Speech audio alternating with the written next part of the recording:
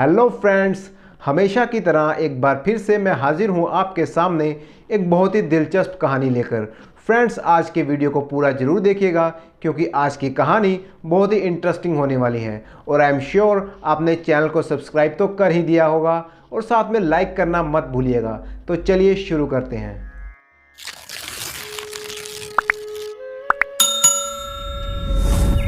बहुत पहले की बात है। कलानपुर नाम से एक बहुत बड़ा नगर था।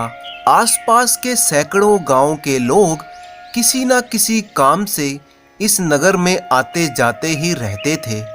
इस नगर में हमेशा चहल पहल बनी रहती थी। कलानपुर नगर में रहते थे वैद्य पूरनचंद। वैद्य पूरनचंद बहुत ही पहुंचे हुए वैद्य थे। कलानपुर नगर में ही क्या, आसपास के कई राज्यों से भी बीमार लोग वैद्य पूरनचंद के पास इलाज करवाने के लिए आते थे। लोगों के लिए तो वैद्य पूरनचंद भगवान का रूप थे। जिस बीमारी का इलाज किसी के पास नहीं था, उसका इलाज वैद्य पूरनचंद करते थे। लोग तो यहाँ तक कहते थे कि वैद्य पूरनचंद के हाथों में तो जादू है, उनकी दी हुई पुड़िया से बीमारी छूमंतर हो जाती है। असल में वैद्य पूरनचंद को जड़ी बूटियों का बहुत ही ज्ञान था। अपने बाप दादा के जमाने से वो वैद्य का काम जो कर रहे थे। उनके घर पर हमेशा मरीजों की भीड़ लगी रहती थी। मीलों दूर दूर के राज्यों से भी लोग वैद्य पूरनचंद से इलाज करवाने आते थे। उनका वैद्य का पेशा बहुत ही अच्छा चल रहा था, इसीलिए धन दौलत की उन्हें कोई कमी नहीं थी। कमी होती भी तो कैसे, जो भी उनकी दवा से ठीक हो जाता वो खुश होकर उन पर धन की बारिश ही कर देता था। पूरे कलानपुर नगर की पहचान बन चुके थे वैद्य पूरनचंद। एक बार वैद्य जी को अपने एक रिश्तेदार के घर शादी का न्योता आया। उन्हें शादी के समारोह में एक दूसरे राज्य में जाना था। रास्ता बहुत ही लंबा होने वाला था। उन्होंने नगर के सबसे तेज दौड़ने वाली घोड़ा गाड़ी बुलाई और गाड़ी हाँकने वाले के साथ बैठकर अपने सफर के लिए निकल पड़े। वैद्य जी को मालूम था कि सफर बहुत ही लंबा होने वाला है और शादी वाली जगह तक पहुंचने में पूरा दिन भी लग जाएगा। इसीलिए वो सुबह सुबह जल्दी ही निकल पड़े और गाड़ीवान से घोड़ों को तेज दौड़ाने के लिए कहा।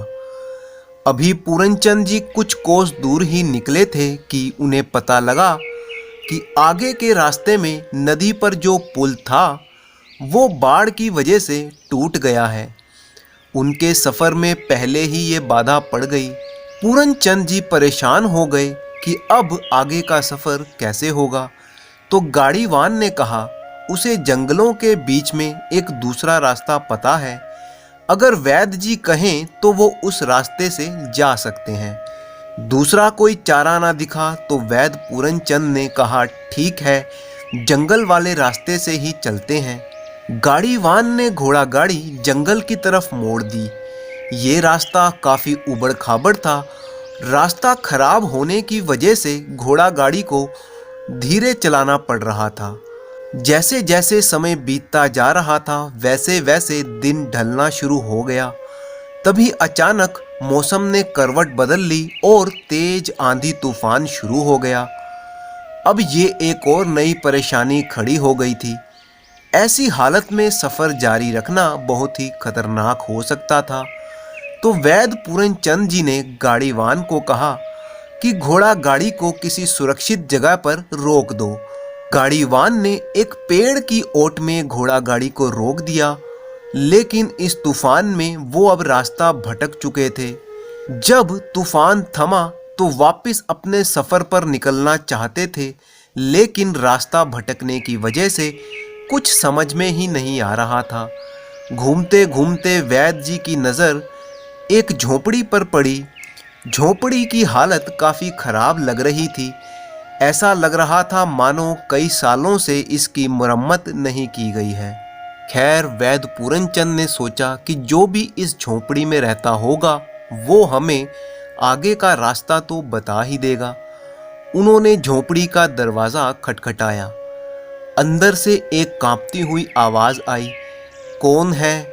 वैद्य जी ने कहा, राहगीर हूँ, रास्ता भटक गया हूँ।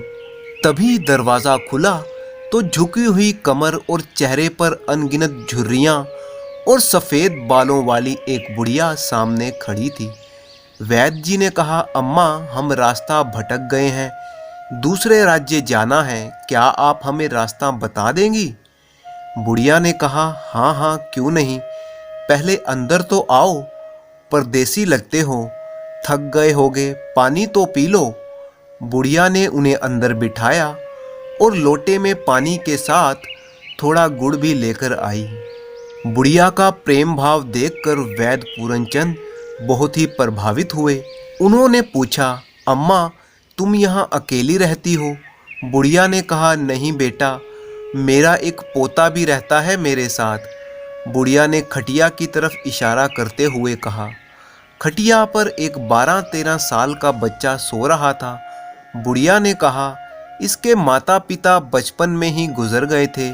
जब ये बहुत छोटा था तब से मैं ही इसकी देखभाल कर रही हूँ, और देखो इसने भी खटिया पकड़ ली है। अब हो सकता है कुछ दिनों में ये भी मुझे छोड़कर चला जाए। ये बोलते बोलते बुढ़िया अम्मा का गला भारी होने लगा। वैद्य पूरनचंद को ये जानकर बहुत ही दुख हुआ। उन्होंने कहा, क्या हुआ अम्मा तुम्हारे पोते को? बुढ़िया ने कहा, पता नहीं बेटा, कौन सी लाइलाज बीमारी लग गई है इसे। बहुत से वैद्य और हकीमों को दिखाया, लेकिन सबने हाथ खड़े कर दिए। हर कोई सिर्फ यही कहता है कि इसका इलाज तो सिर्फ कलानपुर के वैद्य पूरनचंद ही कर सकते हैं। मैंने कई बार कलानपुर नगर का चक्कर लगाया, लेकिन उनके घर पर मरीजों की इतनी भीड़ रहती है कि वैद्य जी से मिलना ही नहीं हो पाया। अब तो बस उस ईश्वर पर ही मैंने सब कुछ छोड़ दिया है। बोलते बोलते अम्मा की आंखों से आंसू निकलकर उसके झुर्रीदार चेहरे पर लुढ़कने लगे। उसने आगे कहा, मुझे पूरा यकीन है कि ईश्वर मेरी मदद जरूर करेंगे। ये सुनकर वैद्य पूरनचंद के जैसे होश ही उड़ गए। उनके रोंगटे खड़े हो गए। उन्होंने याद किया सुबह से लेकर अब तक का घटनाक्रम। वो घर से निकले और नदी का पुल टूट गया, उनका रास्ता बदलना और फिर तूफान में घिरकर इस बूढ़ी अम्मा के घर पहुंच जाना।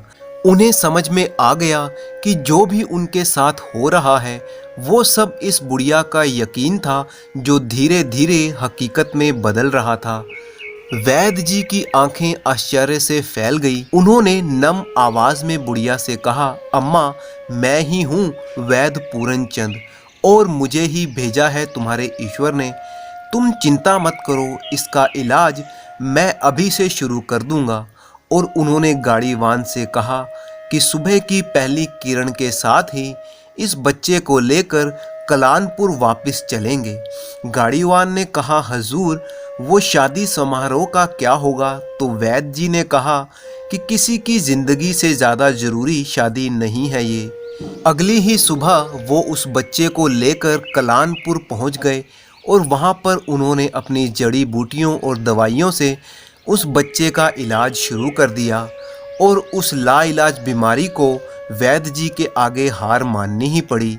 धीरे धीरे वो बच्चा बिल्कुल स्वस्थ हो गया और उस बुढ़िया अम्मा ने वैद्य जी को ढेरों आशीष और आशीर्वाद दिया।